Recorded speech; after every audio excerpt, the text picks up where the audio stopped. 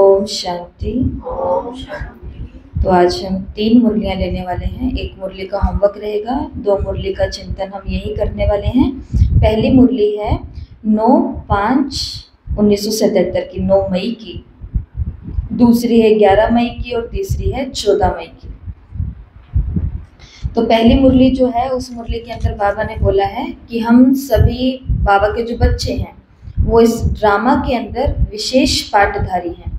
विशेष पाठधारी समझ करके खुद को चलते हो। और विशेष पाठधारी की 2 निशानियां बाबा ने बताई। एक तो है साथीपन और दूसरा है साक्षीपन, कि वो हर कर्म में, जो विशेष पाठधारी आत्माएं हैं, वो हर कर्म में बाप के साथ में साथी होंगी और हर कर्म के अंदर वो साक्षी हो करके पाठ बजाएंगी। साक्षी किससे होना है? खुद के और औरों के पाठ से। अब हमसे कोई गलती हो गई है, हमसे अपना काम कोई कंप्लीट नहीं हुआ है, सेवा के अंदर कुछ ऊपर नीचे हो गया है, तो उन सभी चीज़ों में भी अब क्या हो जाओ? साक्षी, कि जो होना था वो हो गया। अब खुद को गलानी भाव से, अपराध भाव से बाहर लेकर के आना होता है। और दूसरे का पाठ भी हम देख रहे हैं कि ये मर्यादा में नहीं है, सेवा के अनुसार नहीं है, श्रीमत अनुसार नहीं है, आदि आदि। तो उस समय भी उनके पाठ से क्या हो जाओ? साक्षी हो जाओ। और साथ साथ बाबा ने यहाँ मुरली में बोला कि विशेषता ये है, विशेष आत्माओं की क्या विशेषता पाठधारियों की, कि बाप के साथ साथी बन के पाठ बजाते हैं और साथ साथ हर पाठ अपने साक्षीपन की स्थिति में स्थित होकर के बजाते हैं। तो ये हुई विशेषता। तो 2 विशेषता है विशेष पाठधारी आत्माओं की, कि वो क्या होंगी? बाप के साथ साथी होंगी और साक्षीपन की स्थिति में स्थित होंगी। विशेष पाठधारी आत्माओं का श्रृंगार कौन सा है? तो संपूर्ण पवित्रता ही विशेष पाठधारी आत्माओं को श्रृंगार है। तो मुरली को लिंक में रखना कि सृष्टि के ड्रामा के अंदर हम आत्माएं कौन है? आज विशेष पाठधारी।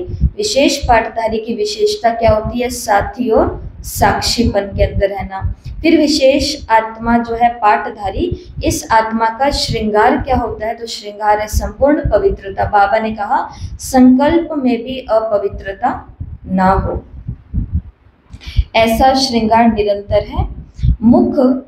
मुख्य संस्कार भरने का समय अभी ही है।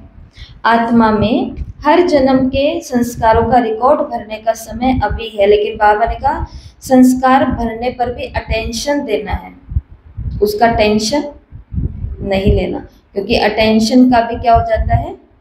टेंशन हो जाता है। जैसे अमृत वेला करना है, मुरली सुननी है, होमवर्क करना है, टेस्ट देना है, तो इसका भी क्या हो जाता है? टेंशन। जिन बातों पर अटेंशन देना है, बाबा ने कहा उन पर टेंशन नहीं। तो टेंशन नहीं लेनी होती, हर चीज़ को स्मूथली चलने दो। हमको टेंशन कब होती है? जैसे जब कोई चीज़ बिखरी हुई होती है। जैसे अब ये मुरलियाँ हैं, आपको कह दिया जाए कि तीनों मुरलियाँ आपको याद होनी चाहिए, तो शायद ना हो पाए। लेकिन इन तीनों मुरलियों के साथ जब हम बैठेंगे और हम अपने इस बुद्धि के साथ बैठेंगे कि इसके कीवर्ड्स कौन कौन से वो निकाल लेती हूँ, मुरली कहाँ कहाँ पर आपस में जुड़ रही है वो चीज़ों को अलग कर लेती हूँ।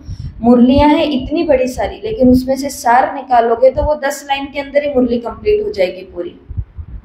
जैसे स्कूल, यूनिवर्सिटी, कॉलेज के पेपर होते हैं, तो उनमें क्या होता है, या कहीं के भी पेपर होते हैं जहाँ पर थ्योरी बहुत ज़्यादा लिखनी होती है ना, तो वहाँ पर बच्चा जो होता है वो लास्ट दिनों के अंदर सिर्फ पॉइंट्स याद करता है कि अंदर वाला तो जा कर के मैं अपने आप कुछ लिख ही दूंगा, लेकिन मेन क्या याद रहने चाहिए? पॉइंट याद रहने। ऐसे ही है ना, ऐसा ही किया है ना सभी ने। तो ऐसे ही, लेकिन अगर एक बार हमने मुरली को ऑर्गेनाइज कर लिया, एक होता है अनऑर्गेनाइज। बाबा ने जब ये मुरलियाँ चलाई है तो ये कोई भाषण नहीं है, कि भाषण होता है जो लाइन वाइज होता है, जिसमें हर बात आपस में जुड़ी होती है। बाबा की मुरलियाँ भाषण या प्रवचन नहीं है, बाबा की मुरलियाँ अपने बच्चों के साथ बातें हैं। वो तो बाबा जिस बच्चे को जहाँ देखता था बाबा की बातें वैसे होती थी, रूरिहान। तो इसके लिए टेंशन हमको कब होता है? जब हमारा मैनेजमेंट नहीं है। लेकिन जब होगा तो बाबा ने कहा यहाँ पर रिकॉर्ड भरने पर अभी हर सेकंड अटेंशन देना है। किसी भी प्रकार का टेंशन का अटेंशन, टेंशन में अटेंशन रहे।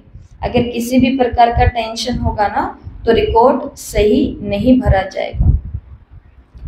बाबा ने कहा कि जितना अच्छा रिकॉर्ड भरना चाहते हो, टेंशन के कारण उतना अच्छा रिकॉर्ड नहीं भर पाते हैं। तो हर सेकंड में अपना विशेष पाठ बजाओ। कैसे पाठ बजाना? टेंशन से परे होने का। और टेंशन आती है दो कारणों से। दो शब्द बाबा ने बताए, वो दो शब्द क्यों क्या है? क्या और क्यों। इन दो शब्दों के कारण क्या आ जाती है? टेंशन आ जाती है। खाली टेंशन आती है, टेंशन का खानदान आता है। बताओ, सारा कुछ ही आ जाता है कि रील कौन से शुरू हो जाती है? Out of control. कुछ भी समझ में नहीं आ रहा सिर्फ इन दो से। आपको बताया था एक बारी, 5 वाइफ 1 हस्बैंड, 5 W और 1 H। H का मतलब हाउ। ये कैसे हुआ? मेरी आंख के सामने ही हो गया, मेरे नाक के नीचे से हो गया, मेरे पेट के पीछे ये वो कैसे गया? मेरे बोलते बोलते ये कैसे हो गया? तो ये कैसे हो गया? तो H हाउ। और बाकी 5 क्या थे? What, why, when, who, whom किसको, किस लिए, किस, कैसे, कहाँ, वेयर था। तो ये 5। तो इसलिए बाबा ने कहा कि टेंशन दो ही कारणों से होती है, एक है क्या और दूसरा है क्यों। किसी भी बात में ये क्यों हुआ, ये क्या हुआ, एनी टाइम हमारा क्या रहता है। लेकिन बाबा के नज़दीकी, बाबा की समीपता जो है वो हमको यही बातें धीरे धीरे सिखलाती है कि ज़्यादा क्यों क्या करने में कुछ भी नहीं होने वाला है। उससे सिर्फ टेंशन आएगी। टेंशन के कारण जो भरने का समय, अच्छे रिकॉर्ड भरने का समय है, उस पर हमारा अटेंशन नहीं रहेगा। तो रिकॉर्ड या तो खराब भरा जाएगा या फिर कम भरा जाएगा, या फिर टेंशन इतनी थी तो भरा ही नहीं गया, क्योंकि सारा टाइम तो किस में निकाल दिया? टेंशन में ही निकाल दिया। तो अभी एक पन्ने की मुरली कंप्लीट हो गई। अब मुरली को जोड़ो आपस में। सबसे पहले बाबा ने आज कौन से बच्चों को देखा? विशेष पाठधारी बच्चों को, जिनका पाठ कैसा है? विशेष है। ठीक है। फिर विशेष पाठधारी बच्चों की बाबा ने विशेषता देखी। कौन सी विशेषता देखी? दो, कि साथीपन में रहते हैं और साक्षीपन की स्थिति में स्थित होकर के पाठ बजाते हैं। फिर विशेष पाठधारी आत्मा का श्रृंगार भी होता है। और क्या है श्रृंगार इनका? संपूर्ण पवित्रता। संकल्प में भी अपवित्रता ना हो। फिर अगली बात बाबा ने कौन सी बताई? कि जो ये प्योरिटी और ये सब संस्कार जो भरने का समय है, वो टाइम कौन सा है? Time is now. समय कौन सा है? अभी। अभी नहीं तो कभी नहीं। और संगम में भी जो गया समय वो रिकॉर्ड भरने वाला नहीं है, वो तो गया। जो आने वाला उसमें पता ही नहीं कि हम रहने भी वाले हैं कि हम जाने वाले हैं, वो भी नहीं है। रिकॉर्ड भरने का समय कौन सा है? अभी। गीत, अच्छे अच्छे गीत, मन पसंदीदार गीत भरने का समय है अभी नाव का है। और बाबा ने कहा लेकिन ये भरते भरते बीच में अगर टेंशन आ गया, अटेंशन नहीं रहा, तो फिर क्या हो जाएगा? या तो रिकॉर्ड कम भरे जाएंगे या भरे ही नहीं जाएंगे। और टेंशन आने के दो कारण हैं। ये क्या हुआ, ये क्यों हुआ। तभी तो इन्हीं कारण, इन दो शब्दों के कारण ही बाबा ने कहा ये दो शब्द बुद्धि में आ जाते हैं और इनके कारण टेंशन पैदा हो जाती है। तो अभी अपनी आंखें बंद करो और उस परिस्थिति को अपने सामने लेकर के आओ जो शायद ताजा ताजा है, आज या कल में ही। अगर आज कल में कुछ नहीं दिख रहा है तो थोड़ा सा इस हफ्ते में पीछे जा सकते हैं। उस बात को अपने सामने लेकर के आओ जिसके लिए मुझे है ये चिंता, ये क्या और ये कैसे, ये क्यों, ये क्या हुआ, ये क्यों हुआ। अगर ऐसी कोई बात है तो रिकॉर्ड को चेंज करो, अपने साथी पने की और साक्षी पने की स्थिति में स्थित हो जाओ। साक्षी होकर के देखो कि ड्रामा में यही होना सर्वश्रेष्ठ था। इसी सीन के अंदर कल्याण समाया हुआ है। तो ये क्यों हुआ? ये मेरे कल्याण के लिए हुआ। ये क्या हुआ? ये बिल्कुल एक्यूरेट हुआ। आंखें खोल सकते हैं। तो जो भी परिस्थिति है उस परिस्थिति को बोलना है। क्या बोलना है? क्या क्यों का जवाब देना है। किसी ने एक बार पूछा कि हमारे संकल्प बोध चलते हैं योग में, तो हम क्या करें? उन्होंने ऐसा नहीं बोला कि वेस्ट चलते हैं, ये चलते हैं, बस बोला कि संकल्प बोध चलते हैं, तो क्या करें? तो फिर संकल्प चलने का कारण क्या होता है कि हम अपने मन को जवाब नहीं देते। जैसे आपने छोटे बच्चों को तो देखा है ना, माताओं ने, तो छोटे बच्चे एक ही बात को कितनी बारी बोलते हैं?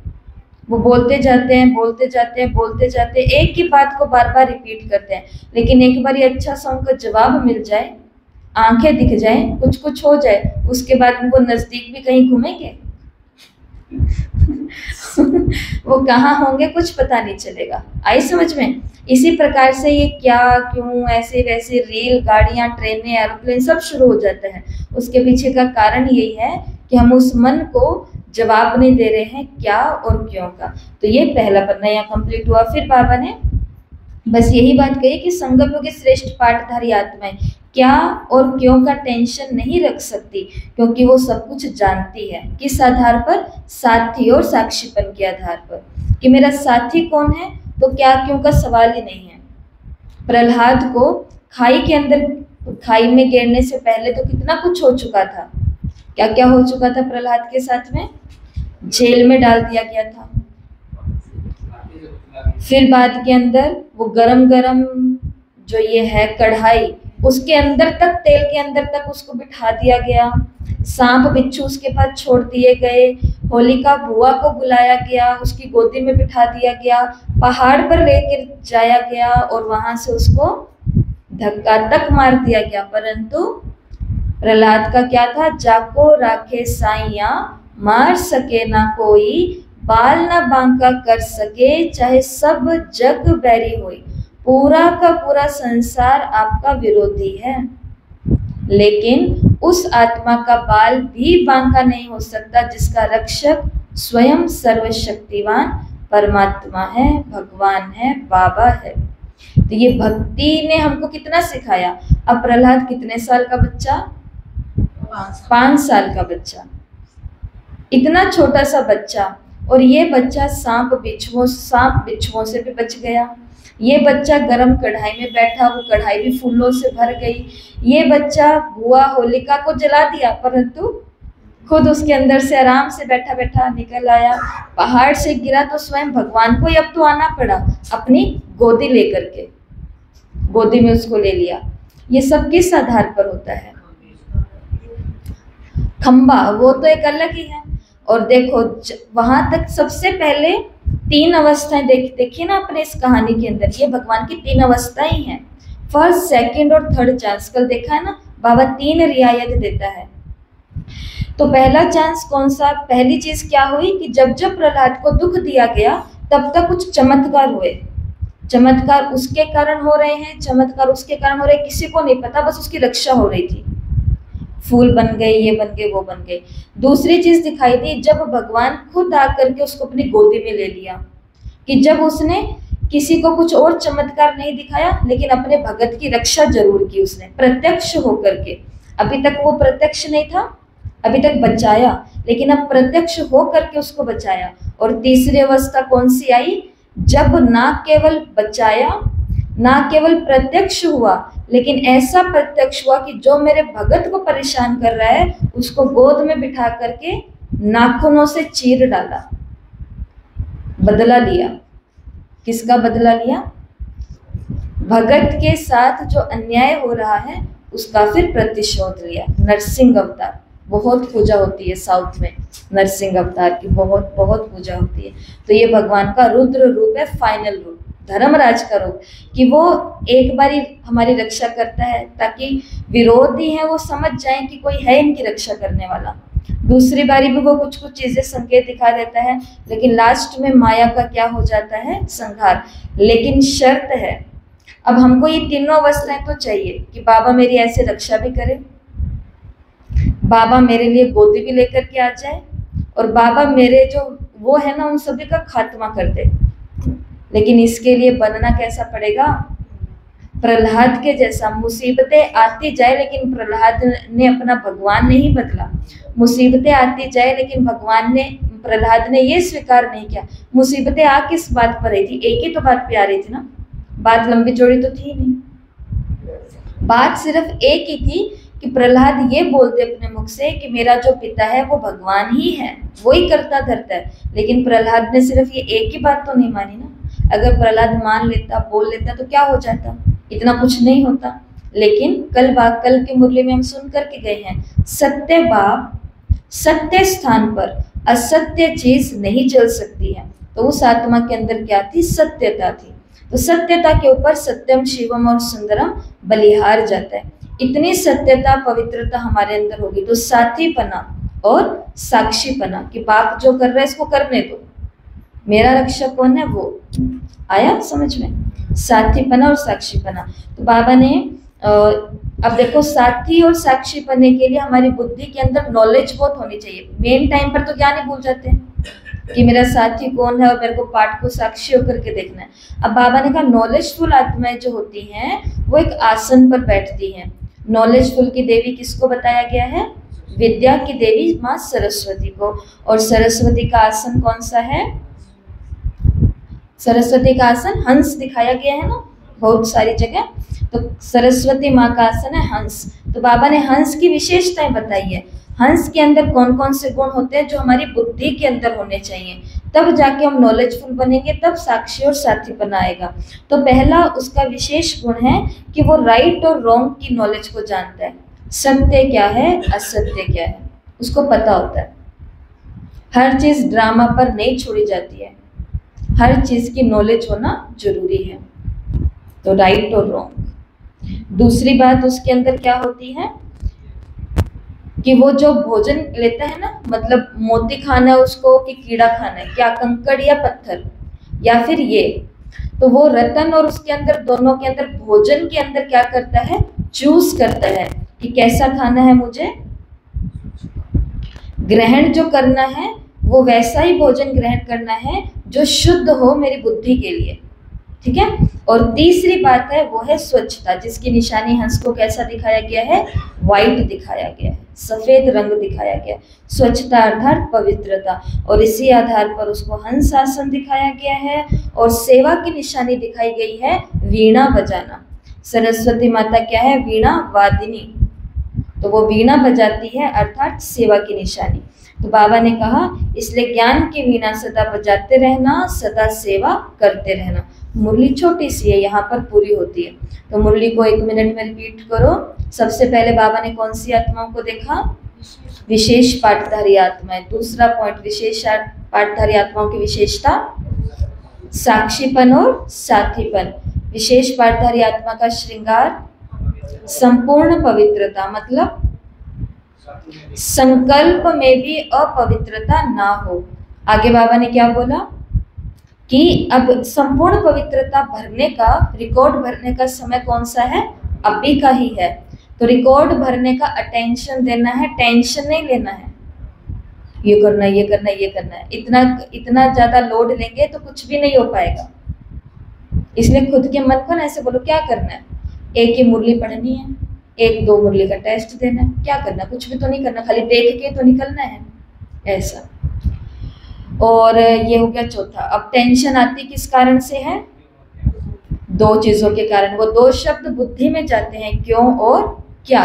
ये क्यों हुआ और ये क्या हुआ। तो बाबा ने कहा नॉलेजफुल बनो, और नॉलेजफुल बनने के लिए एक आसन पर बैठना पड़ेगा, अर्थात अपनी बुद्धि को 3 आयामों पर लाना पड़ेगा। पहला, मेरी बुद्धि राइट और रॉन्ग को जज करने वाली हो, तभी बच सकेंगे, नहीं तो रॉन्ग के पास जाते रहेंगे, टेंशन लेते जाएंगे और अटेंशन कम होता जाएगा। दूसरा, जो भोजन मेरे को मेरी बुद्धि को देना है वो शुद्ध ही होना चाहिए। ये जो मोबाइल है ना आजकल हमारे लिए, हमारे पास में, इनके अंदर ढेर सामान भरा हुआ है।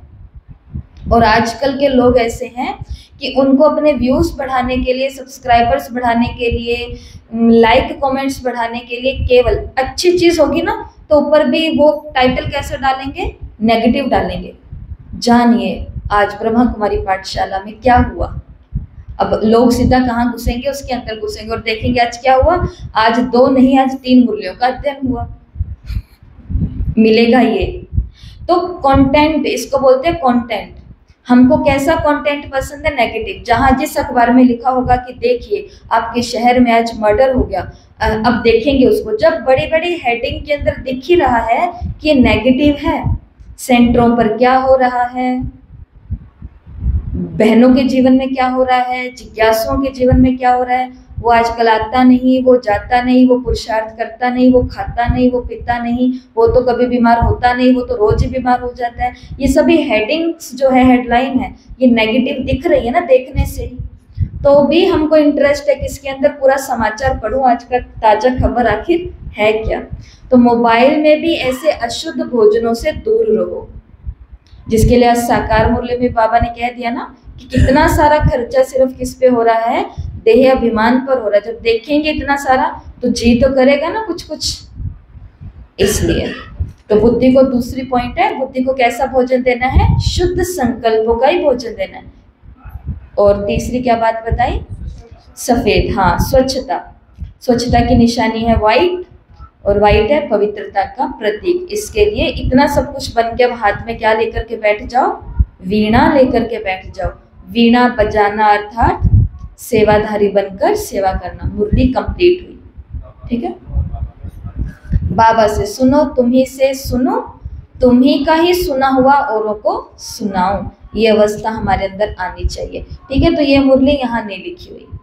अभी दूसरी मुरली पर चलते हैं, 11/5/1977 की मुरली। संपन्न स्वरूप की निशानी है शुभ चिंतन और शुभ चिंतक। तो बाबा ने हर एक बच्चे को बाप समान देखा कि हर एक बच्चा बाप समान प्रेम का स्वरूप है, बाप समान आनंद का स्वरूप है, बाप समान सुख का स्वरूप है, बाप समान शक्तियों का स्वरूप है, बाप समान शांति का स्वरूप है। हर एक बच्चे के मस्तक में, नैनों में क्या नजर आता है, बाप के जो गुण है ना, वही बच्चों के नैनों और मस्तक में नजर आते हैं। ऐसा बाबा को दिखाई दिया। संपन्न स्वरूप की निशानी, सर्व आत्माओं में दो बातें दिखाई देंगी। तो मैं आत्मा बाबा को कैसे दिखाई दी इस मुरली के अंदर, जो हर गुण से बाप समान है, हर गुण से संपन्न है। और संपन्न आत्मा की दो निशानियां दिखाई देंगी। कौन कौन सी दो निशानी, कि वो शुभ चिंतन करने वाली होगी और वो औरों के लिए शुभ चिंतक होगी। बाबा ने आज की इस मुरली के अंदर बोला है कि जिनसे घृणा भी है ना, घृणा, ऐसी आत्माएं हो सकती है हमारे लाइफ में। कोई बेसमझ है जिनसे हमें घृणा आती है, जो अज्ञान के वशीभूत हैं, जो अपकारी हैं, जो दिल शिकस्त हो चुके हैं, तमोगुणी हैं। बाबा ने कहा ऐसी बेसमझ आत्माओं के कर्मों से भी घृणा नहीं करनी है। बाबा ने कहा उन पर तो और ही ज्यादा क्या करना है, रहम करना है, और ही ज्यादा दया करनी है। और कौन सा रहम, कौन सी दया करनी है, शुभ चिंतक बनना है उनका, वेल विशर जिसको इंग्लिश में बोलते हैं ना। शुभ चिंतक का मतलब होता है कि अगर हम जहाँ तक पहुंच सकते हैं वो हमारे बहुत खास हैं। तो शुभ चिंतक बन के, जैसे जिस भी सेवा केंद्र पर आप जाते हैं, वहाँ की जो टीचर होती है वो आपकी क्या होती है, शुभ चिंतक होती है। वो शुभ चिंतक होते हैं, इसलिए ही वो हर बात में हमको कुछ ना कुछ बताती रहती है कि ये नहीं, ये ऐसे करना है, हाँ ये भी अच्छा किया लेकिन हम इससे भी अच्छा ये कर सकते हैं, क्योंकि उसकी शुभ चिंतक, क्योंकि वो हमारे लिए शुभ चिंतक है, इसलिए वो ऐसा चाहते हैं। अब ये तो हुआ सिर्फ इतनी सी बात है, लेकिन बाबा ने कहा कोई आपके लिए अपकारी है तो भी आप उनके लिए क्या करो, शुभ चिंता। और खुद के लिए कौन सी चिंता करनी है, खुद के लिए शुभ चिंतन करना है। चिंतन जो भी आपको बताया, भोजन अलग है, मैं अलग हूँ। चिंतन से वो भोजन किसका हो जाएगा, मेरा खून बन जाएगा। तो दो बातें उनमें होगी, एक तो शुभ चिंतन और दूसरा शुभ चिंतक। तो संपन्न आत्मा के पास अशुभ चिंतन या व्यर्थ चिंतन स्वतः ही खत्म हो जाएगा। उदाहरण दिया बाबा ने, जैसे रॉयल फैमिली वाले होते हैं, तो ये कभी मिट्टी में जाते हैं, रॉयल फैमिली वाले मिट्टी में जाएंगे तो कैसे हो जाएंगे, मिट्टी जैसे हो जाएंगे। इसलिए बाबा ने कहा जो संपन्न आत्मा होती है ना, ये संपन्न आत्मा हमेशा ही शुभ संकल्पों से भरी होती है, खुद के लिए भी और औरों के लिए भी। और मुरली को बाबा लेकर के गए, क्योंकि बात किसकी हो रही है, संकल्पों की बात हो रही है, बात संकल्पों की हो रही है। इसके लिए बाबा ने याद कराया कि पुराणों के अंदर ये बात आती है और भक्ति में भी सभी ने सुनी हुई है कि सृष्टि की स्थापना कैसे हुई, इस सृष्टि को कैसे रचा गया। ब्रह्मा जी को संकल्प आया, ब्रह्मा जी को संकल्प आया और ये दुनिया रच गई। संकल्प से रची गई ना। तो बाबा ने कहा कि देखो, ब्रह्मा ने भी संकल्प से सृष्टि रची, ऐसा गायन है ना। तो संकल्प का इतना महत्व है कि संकल्प से दुनिया रच जाती है। अब बाबा ने कहा कि सबसे पहले पहले संकल्प कौन से टाइम में रचने शुरू होते हैं? रात को हम सो जाते हैं, रात को सो जाते हैं, सुबह हम उठते हैं, और हमारी सुबह कब होती है? अमृत वेले। ठीक है, अमृत वेले हम उठे। बाबा ने कहा अमृत वेले सबसे पहला संकल्प जो होगा, पूरा दिन कैसा हो जाएगा? वैसा हो जाएगा। ये बाबा ने मुरली के अंदर बताया है। अमृत वेले उठते, आंख खोलते ही क्या शुभ संकल्प और शुभ चिंतन करना है? तो अमृत वेले शक्तिशाली बाप के स्नेह सहित शुभ संकल्प करेंगे ना, वैसा ही सारा दिन पर प्रभाव पड़ेगा, क्योंकि अमृत वेला पूरे दिन का आदि काल है, सतो प्रधान समय है। तो उस समय बाबा से विशेष वरदान मिलता है, उस समय बाबा से विशेष सहयोग मिलता है। ये किस समय होता है?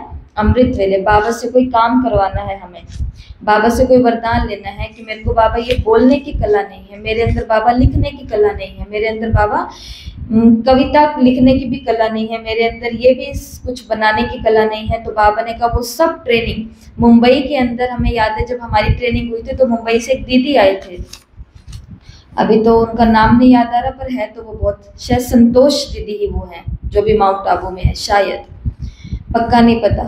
लेकिन उन्होंने बहुत अच्छी बात बताई कि उस जमाने में जब बाबा बस अव्यक्त हुए थे, उस समय की ये बात है जब सभी दीदियां अलग अलग सेंटरों में थी। तो वो दीदी बताते हैं कि मैं सुबह अमृत वेले उठती थी, जब भी वो उठती थी 3-4 बजे उठती थी, और उस समय उठ करके मैं बाबा से ये प्रेरणा लेती थी, ये सहयोग लेती थी कि मुझे एक बुक लिखनी है। और उन्होंने अमृत वेले ही उनको बाबा टचिंग देता था, अमृत वेले बाबा उनको मदद देता था, उनको जैसे कि किताब एकदम साफ दिखाई देती थी। और यज्ञ की पहली गीता उन्होंने लिखी थी, ज्ञान की गीता। उसके बाद में फिर यज्ञ में सब गीताएं बनी। ऐसा 7 दिन का कोर्स जो बना है हमारा लिखत के अंदर, ये तो चित्र है ना, लेकिन हर चित्र की लिखत भी है, बहुत बड़ी सारी, इतनी बड़ी किताब है उसकी भी। तो वो लिखत भी इन दीदियों ने अमृत वेले ही सब बाबा से ली है, और उसको फिर कॉपी पेन पर लिखा है, फिर इसको रिफाइन किया गया है, चेक किया गया है, फिर वापस से इसको करेक्ट कर करके ये चीज़ सामने निकल करके आई है। तो बाबा से कोई भी हमें सहयोग चाहिए या वरदान चाहिए तो वो किस समय ले सकते हैं? अमृत वेले। फिर बाबा ने कहा ब्राह्मणों का पहला संकल्प कैसा होना चाहिए अमृत वेले? आंख खोलते ही कौन सा संकल्प आना चाहिए? बाप के सिवाय कोई और दिखाई देता है सुबह? कोई और बाप के अलावा नहीं। जब गुड मॉर्निंग करते हैं तो बच्चा बाप को गुड मॉर्निंग करते हो ना, तो बच्चा अर्थात मालिक, तो बाप भी बच्चों को रिस्पॉन्ड में क्या कहते हैं? बालक सो मालिक बच्चे, बाप के सिरताज बच्चे। तो पहली मुलाकात बाप से अमृत वेले होते हैं। पूरा दिन तो मिलते ही हैं, लेकिन फर्स्ट मीटिंग हमारी कब होती है? अमृत वेले। तो पहले मिलन में बाप हर रोज बच्चों को वरदान देता है, अंडरलाइन करना, हर अमृत वेले, हर पहली मीटिंग में बाबा बच्चों को वरदान देते हैं खुद से। और वो कौन सा वरदान है? समान भव का, समान भव का वरदान है। तो लेकिन ऐसी श्रेष्ठ मुलाकात कौन कर सकता है? तो 3 बाबा ने बच्चे यहाँ पे बता दिए। तो ऐसी मुलाकात पहली बात तो वही कर सकता है कि जिनके हर संकल्प में और संसार में सिर्फ बाबा है, बाबा के इर्द गिर्द और बाबा के अलावा उनके जीवन में कोई नहीं है। लेकिन बाबा ने कहा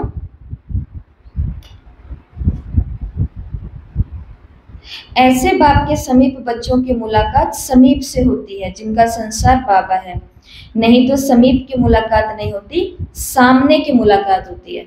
एक है समीप, बाबा मिलन देखा ना स्टेज पे कि लास्ट में दादियां कहाँ बैठती थी? बाबा के समीप बैठती थी, और हम कहाँ रह जाते थे? सामने रह जाते थे। और जो टीवी वाले हैं वो कहाँ रह जाते थे? वो दूर रह जाते हैं जब हम होते हैं। तो बाबा ने ऐसे 3 देखे। तो फर्स्ट नंबर के हैं वो बच्चे जो समान रूप से हैं, समीप का अनुभव करते हैं। साथ भी इतना है जैसे कि 2 नहीं 1 हो गए हैं। तो अध्यात्म के अंदर भी 3 अवस्थाएं आत्मा और परमात्मा की बताई हुई है। आत्मा और परमात्मा दोनों अलग अलग हैं जब ज्ञान सुन रहे हैं, सुना रहे हैं। फिर दूसरी अवस्था बताई गई है कि परमात्मा आत्मा में है, आत्मा परमात्मा में है, कि मतलब वो मुझ में है और मैं उनमें खोई हुई हूँ। और तीसरी अवस्था है कि अब ये दोनों दो है ही नहीं, अब ये दोनों क्या हो चुके हैं, एक हो चुके। जैसे ब्रह्मा बाबा का देखा, ब्रह्मा बाबा लास्ट कर्मातीत अवस्था दो नहीं रहे, दोनों क्या हो गए, एक हो गए। वो एक इस धरती के इंसान लगते ही नहीं थे। तो ये है नंबर 1 बच्चे। कौन से नंबर 1 बच्चे, जो समीप होते हैं और इतना समीप, इतना समान होते हैं बाप के कि जैसे कि ये दो है ही नहीं, बाप और बच्चे एक हो गए हैं। सेकंड नंबर के बच्चे वो हैं जो बाप के स्नेह को, बाप के वरदानों को, बाप के मिलन को समान स्वरूप से नहीं, लेकिन समान बनने के शुभ संकल्प के स्वरूप से मिलते हैं। मतलब मैं समान हूँ इस स्वरूप से नहीं मिलते, लेकिन मुझे समान बनना है, ऐसी मेरी इच्छा है बाबा, इस स्वरूप से वो मिलते हैं। सन्मुख का अनुभव अर्थात बाप से सर्व प्राप्तियां हो रही है, ऐसा अनुभव करते हैं। तो फर्स्ट नंबर समान बन करके मिलते हैं, सेकंड नंबर समान बनने के संकल्प से मिलते हैं। पहले वालों को नशा है, इस बात का पूरा निश्चय है कि मैं तो बाबा के समान ही हूँ। दूसरे वाले ये संकल्प से मिलते हैं कि मुझे बाबा के समान मिलना है। और तीसरे वालों का बाबा ने क्या कहा, बाबा ने कहा तीसरे वालों की तो बात ही मत पूछो, उनकी तो लीला ही विचित्र होती है। अमृत वेले ही बाबा को विचित्र लीला दिखने लग जाती है। कल की मुरली में सुना ना, दुनिया में कहते हैं ये प्रभु तेरी लीला परम्पार है, और बाबा कहते हैं मेरे बच्चों की लीला अपरंपार है, विचित्र है, वंडरफुल है। तो बाबा ने कहा तीसरे की तो बात ही मत पूछो, तीसरे वालों की तो लीला विचित्र ही होती है। अभी अभी बच्चे बन के मिलेंगे और अभी अभी हाँ मांगने वाले, बाबा मेरा ये काम कर दो। सुबह सुबह चालू हो गया कैसेट, सुबह सुबह ही चालू हो गई कि बाबा मेरा ये भी कर दो, बाबा उनको ये कह दो, बाबा उसको ये टचिंग करो कि मेरा ये कर दे, वो कर दे, ऐसा कर दे। बाबा ने कहा बहुरूपी होते हैं। कैसे होते हैं, बहुरूपी होते हैं। कभी किसी रूप में मिलते हैं, कभी किसी रूप में मिलते हैं। तो बच्चों में भी मिलन मनाने के नंबरवार होते हैं। तो अमृत वेले देखो 3 प्रकार से मिलन मनाते हैं। कभी हम ऐसे होते हैं, कभी ऐसे होते हैं, कभी ऐसे होते हैं। तो पहली अवस्था पर हमें जाना है तो पूरे दिन के अंदर हमारा संसार कौन होना चाहिए, बाबा होना चाहिए। पूरे दिन के अंदर हर कर्म में साथी कौन होना चाहिए, बाबा होना चाहिए। तो अमृत वेले ना हमको मांगना पड़ेगा, ना हमको बाबा के जैसा बनना, ऐसा संकल्प करना पड़ेगा। बस बाबा दे रहा होगा और हम बैठ करके बाबा से ले रहे होंगे या कोई प्लानिंग कर रहे होंगे, ऐसा कुछ होगा। ठीक है, फिर यहाँ पे बाबा ने अमृत वेले की सारी डिटेल्स बताई है कि सतोगुणी समय है और ये सब चीजें। फिर यहाँ पर बाबा ने फिर से बात को चेंज किया कि अगर शुभ चिंतन नहीं तो शुभ चिंतक भी नहीं बन सकते। दोनों का संबंध है। खुद के लिए तो अपराध भाव रखते हैं कि मैं पढ़ भी नहीं सकती, मैं सेवा भी नहीं कर सकती, मुझे ये भी नहीं आता। और औरों के लिए हम सोचते हैं इस आत्मा का भला हो जाए, ये आत्मा का कल्याण हो जाए, ये भी बाबा का बच्चा बन जाए। बाबा ने कहा कि जो स्वयं के लिए अच्छा नहीं सोच सकता वो औरों के लिए कैसे अच्छा सोच सकता है, सोच सकता है? नहीं सोच सकता। इसके लिए बाबा ने कहा ऐसे संपन्न बनने के लक्ष्य रखने वाले इन 2 लक्षण को अब धारण करो। समझा? अगर व्यर्थ संकल्प चलेंगे तो शुभ संकल्प की स्टेज नहीं ठहर सकेगी। इसके लिए अब अपनी चैतन्य शक्ति को बनाओ। एक होता है मेहनत से कमाना और दूसरा होता है अचानक लॉटरी मिल जाना। तो बाबा ने कहा जो सेवा करते हैं ना, ऐसे सेवाधारियों को बाबा का स्नेह मिलता है। त्याग, तप और सेवा। बाबा ने कहा एक है त्याग करना, तप करना, फिर कुछ मेहनत से मिलना, और एक है कुछ भी नहीं करना और सीधी लॉटरी लग गई। तो बाबा ने कहा वो किस आधार पर होता है? सेवा के आधार पर होता है। वो अनुभूति ऐसे सहज और पावरफुल स्टेज की होगी जो ना चाहते हुए मन से ये निकलेगा, कमाल है बाबा आपकी, मैंने तो जो सोचा भी नहीं था कि मैं ऐसे हो सकता है, ऐसे कर सकता हूँ, ये साकार में अनुभव करेंगे। हर बात में क्या कहेंगे? बाबा कमाल है आपकी, बाबा कमाल है आपकी। यहाँ पर ये दूसरी मुरली कंप्लीट होती है। तो बाबा ने कैसे बच्चों को देखा? बाप समान संपन्न, शांति में, प्रेम में, आनंद में, शक्तियों में, सब में संपन्न बच्चों को देखा। संपन्न बच्चों की निशानी बाबा ने 2 बताई है कि संपन्न बच्चे शुभ चिंतक होंगे और शुभ चिंतन करने वाले होंगे। खुद के लिए शुभ चिंतन, औरों के लिए शुभ चिंतक। और फिर बाबा ने कहा कि जो ये संकल्प है ना, ये पूरे दिन बनाने वाला है। सुबह का एक संकल्प पूरे दिन की रचना, उसके ऊपर पूरा दिन कैसा जाएगा ये उस पर डिपेंड करता है। उदाहरण बाबा ने किसका दिया? ब्रह्मा का।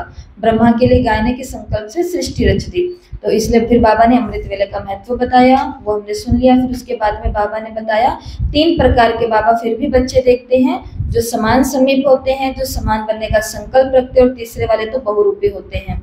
फिर बाबा ने कहा घृणा करने वालों के प्रति भी शुभ चिंतक बनो, और जो शुभ चिंतन नहीं कर सकता वो शुभ चिंतक भी नहीं बन सकता। जैसे आपको छोटा सा उदाहरण बताती हूँ, जो अभी लाइव में चल रहा है वही उदाहरण बता देती हूँ। अगर हम अपने लिए ये शुभ चिंतन ना करते कि मुझे भी 1066 मुरलियाँ कंप्लीट करनी है और इन्हीं विधियों से पूरी करनी है ताकि मेरे को याद भी रहे और मुझ आत्मा को मजा भी आए, अगर ये शुभ चिंतन हम हमारे लिए नहीं कर सकते थे तो क्या आपके लिए कोई शुभ चिंतक बन सकते थे? नहीं बन सकते थे। अगर ये मुरलियाँ जहाँ पर चल रही है वहां पर वो अपने लिए शुभ चिंतन नहीं करते तो क्या हम तक ये पहुंचती सब चीजें? नहीं पहुंचती। तो जो आत्मा खुद का भला नहीं कर सकती वो औरों का भला भी कैसे कर सकती है? और बाबा ने कहा इसलिए मेहनत कम करो, लॉटरी वाला सारा सामान हमको मिल रहा है तो बाबा का विशेष स्नेह प्राप्त करो। ठीक है, तो अभी अमृत वेला, अमृत वेले के पहले क्या करना है, अमृत वेले के दौरान क्या करना है, अमृत वेले के बाद क्या करना है, उस पर चलते हैं। फिर अगली मुरली का होमवर्क आपको देंगे। तो शक्तिशाली अमृत वेला करने के 16 सूत्र हैं, 4-4-4 भाग में बांटे हुए हैं। तो शयन के पहले मतलब रात को सोने से पहले 4 बातों का ख्याल रखना है। पहले आप बताओ कौन सी 4 बातों का ख्याल रखना है सोने से पहले, मतलब नींद में जाने से पहले, जिससे हमारा अमृत वेला अच्छा हो। ये पॉइंट रखना सामने।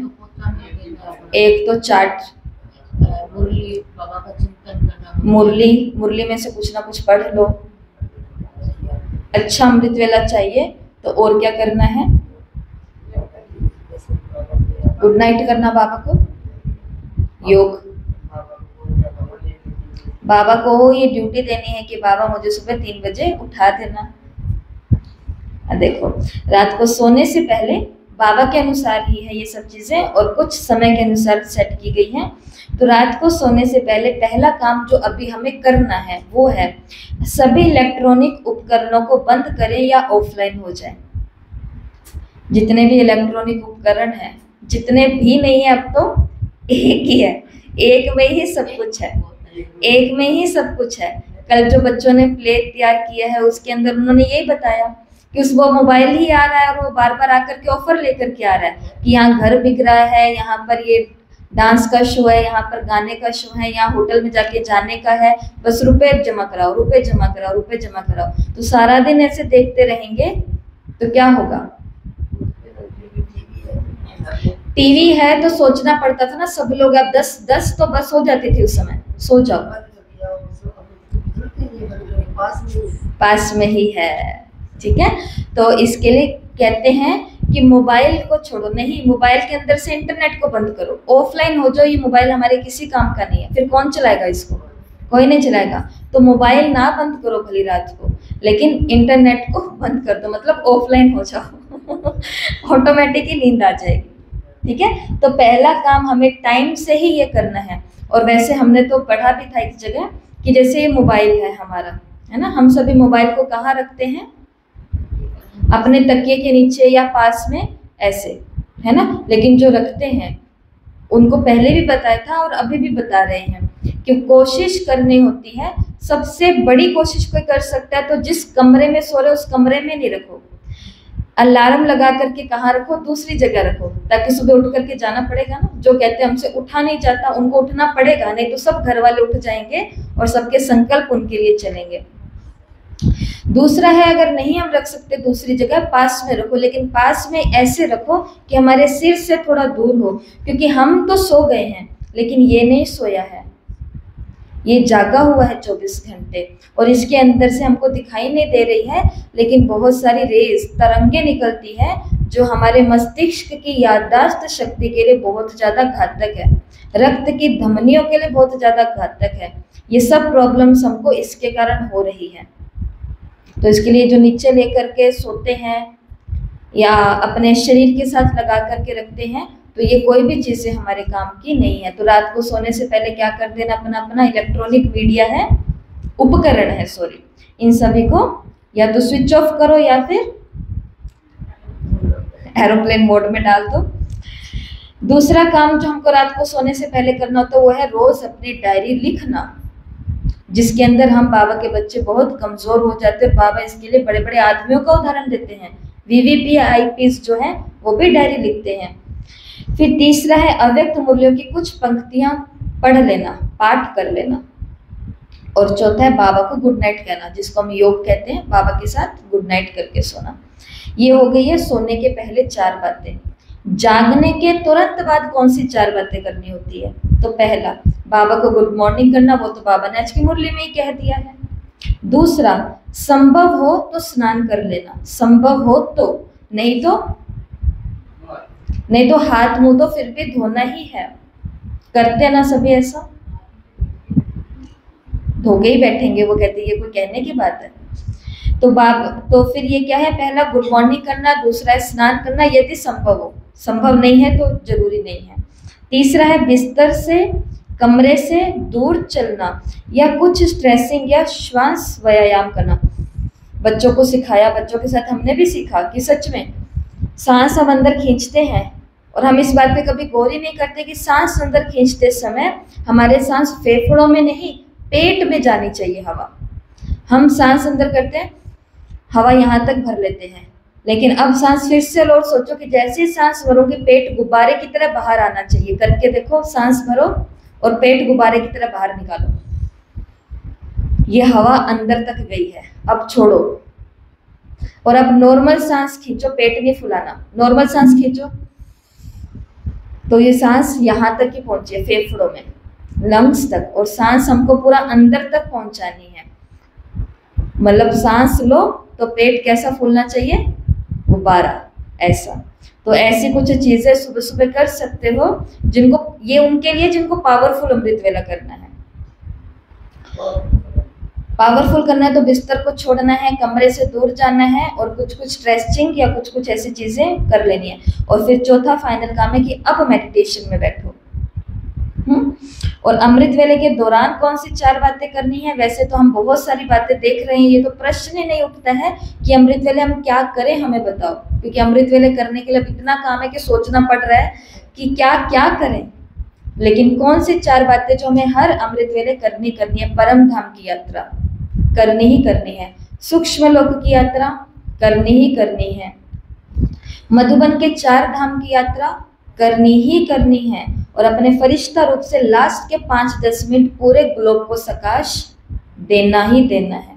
या जो आत्माएं कल आपको मिली, या घर के लोग सदस्य, या पूरा विश्व, इन सभी को सकाश, ये 4 काम अमृत वेले करने ही करने हैं।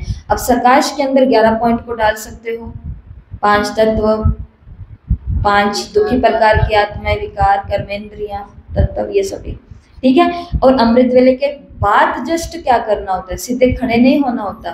जिनको चाहिए कि अमृत वेले का प्रभाव पूरे दिन पर होना चाहिए, उनको अमृत वेले के जस्ट बाद में दिन की योजना बनानी होती है। आपको ये नहीं कह रहे हैं कि कॉपी पेन लेकर के सुबह बैठ जाओ 5 बजे, नहीं, पर अंदर ही प्लान बना लो, प्रायोरिटीज, प्राथमिकता, कि आज कौन से काम मेरे को पहले करने हैं। पहला काम आज मेरे को ये तो करना ही करना है, दूसरा आज मेरे को ये करना है, तीसरा ये करना है, ये 2-3 काम तो आज मेरे को करने ही करने हैं। अमृत वेले ही योजना बना लो।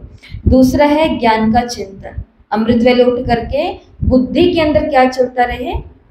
ज्ञान का चिंतन। अब कौन से ज्ञान का चिंतन होगा? अमृत वेले जो बाबा से रूह रिहान करी, उस आधार पर चिंतन कर सकते हैं। मौन और एकांत अमृत वेले के बाद में सीधा बोलना चलना नहीं है। और चौथा काम जो आप लोग तो कर लेते हो पर हम तो नहीं करते हैं, वो है चलना, व्यायाम करना। जो चल करके आते हैं उनका तो ये काम हो जाता है, और नहीं तो अमृत वेले के बाद में थोड़ी सैर करनी है या फिर थोड़ा सा व्यायाम करना है, ठीक है, ये टोटल कितनी बातें हो गई हैं? 16 बातें हैं। सोने से पहले, उठने के बाद, अमृत वेले के दौरान और अमृत वेले के बाद में। तब अमृत वेले का प्रभाव पूरे दिन पर रहेगा, नहीं तो ऐसे अमृत वेले कितने निकल गए हैं और पूरे दिन में फिर युद्ध शुरू है, फिर कलेश, फिर झगड़े। अभी अभी रूम से उठे, अभी अभी बाबा रूम से निकले योग कर करके, और अभी अभी बाहर निकल करके व्यर्थ शुरू हो गया। तो ये कैसा योग था जिसका असर 1 मिनट भी नहीं रहा, उस आत्मा को देखते ही सब स्टार्ट हो गई बातें। इसके लिए ये चीजें हैं। और आज आपको जो ये अगली, हाँ, तो आज आपको ये पीडीएफ भेजा जाएगा। पीडीएफ का मतलब समझते हो? आपके टेलीग्राम के ग्रुप के अंदर एक लिंक भेजा जाएगा, उसको आप दबाओगे तो वो गोल गोल घूमेगा, घूम करके फिर वो अपलोड हो जाएगा, मतलब वो डाउनलोड हो जाएगा। डाउनलोड हो जाएगा तो फिर आप उसको टच करोगे ना, तो उसके अंदर से किताब खुलेगी। वो किताब है अमृत वेले की किताब। तो जिनको ये, तो हम एक होमवर्क लेंगे कि हमारी भट्टी के दिन रहे हैं अब 8। आज का दिन मिला करके टोटल अब दिन कितने रहे हैं? 14 से 21 तक 7 दिन हो गए। हाँ, तो 8 दिन हो गए ना टोटल 21वें दिन पर पहुंचने के लिए। तो 8 दिन के अंदर अंदर हमको ये अमृत वेले की किताब पूरी करनी है। किताब बहुत बड़ी है ही नहीं, किताब इतनी सी अमृत वेले की, लेकिन वो आपको मोबाइल में दिखेगी तो आपको बड़ा लगेगा। तो जिनको पढ़ने का शौक है अमृत वेले के बारे में, तो किताब को जब आप मधुबन जाओगे आप लेकर के आना, परंतु उससे पहले आज आपको भेज देंगे। जिनको पढ़ने की इच्छा है वो यहाँ से पढ़ सकते हैं, ठीक है। और आज इस मुरली में जो काम हमें करना है वो स्वमान, फरमान और सम्मान के ऊपर मुरली रही है। तो ये एक फोटो आपको भेजेंगे, ये ऐसे, और तो सबका होमवर्क सुंदर सुंदर आएगा। ये ऐसे छोटे छोटे से ये स्क्वायर बने हुए हैं, बॉक्स बने हुए हैं। तो इन बॉक्स के अंदर स्वमान के 8 फायदे, पहले मुरली को पढ़ना है। बाबा ने मुरली के अंदर स्वमान, फरमान और सम्मान के बारे में क्या बातें बताई है, और उसके बाद में स्वमान के क्या क्या फायदे होते हैं। तो 7 बॉक्स में स्वमान के 7 फायदे लिखने हैं। जैसे कि स्वमान में रहने के क्या फायदे हैं, स्वमान में रहना, स्वमान लिखना, इसके क्या फायदे हैं? व्यर्थ से मुक्ति, तो व्यर्थ से मुक्ति, और समय सफल होता है। स्वमान का अभ्यास करके समय सफल होता है, और मांगना नहीं पड़ता, सफलता मिलती है। अगर स्वमान का अभ्यास करेंगे तो सफलता भी मिलेगी, शक्ति भी मिलेगी, ठीक है। तो इस प्रकार खुशी भी मिलेगी। इस प्रकार से आपको अच्छे अच्छे चिंतन करके 7 फायदे ढूंढने हैं, और इन बॉक्सेस में 7 फायदे वो लिख करके भेजने हैं। और यहाँ पर क्या लिखा हुआ है? आप बाप पर कुर्बान हो जाओ तो माया आप पर कुर्बान हो जाएगी। कुर्बान होने का मतलब है, कुर्बान होने का मतलब है दासी बन जाएगी, तुम्हारे ऑर्डर पर चलेगी। तुम बैठने के लिए कहोगे तो बैठ जाएगी, तुम कहोगे थोड़ी देर के बाद आना तो थोड़ी देर के बाद आओगी, तुम कहोगे तुम्हारे लिए दरवाजे बंद है, आना ही मत, इस गली में मत घुसना, तो माया कहेगी ओके सर, ओके।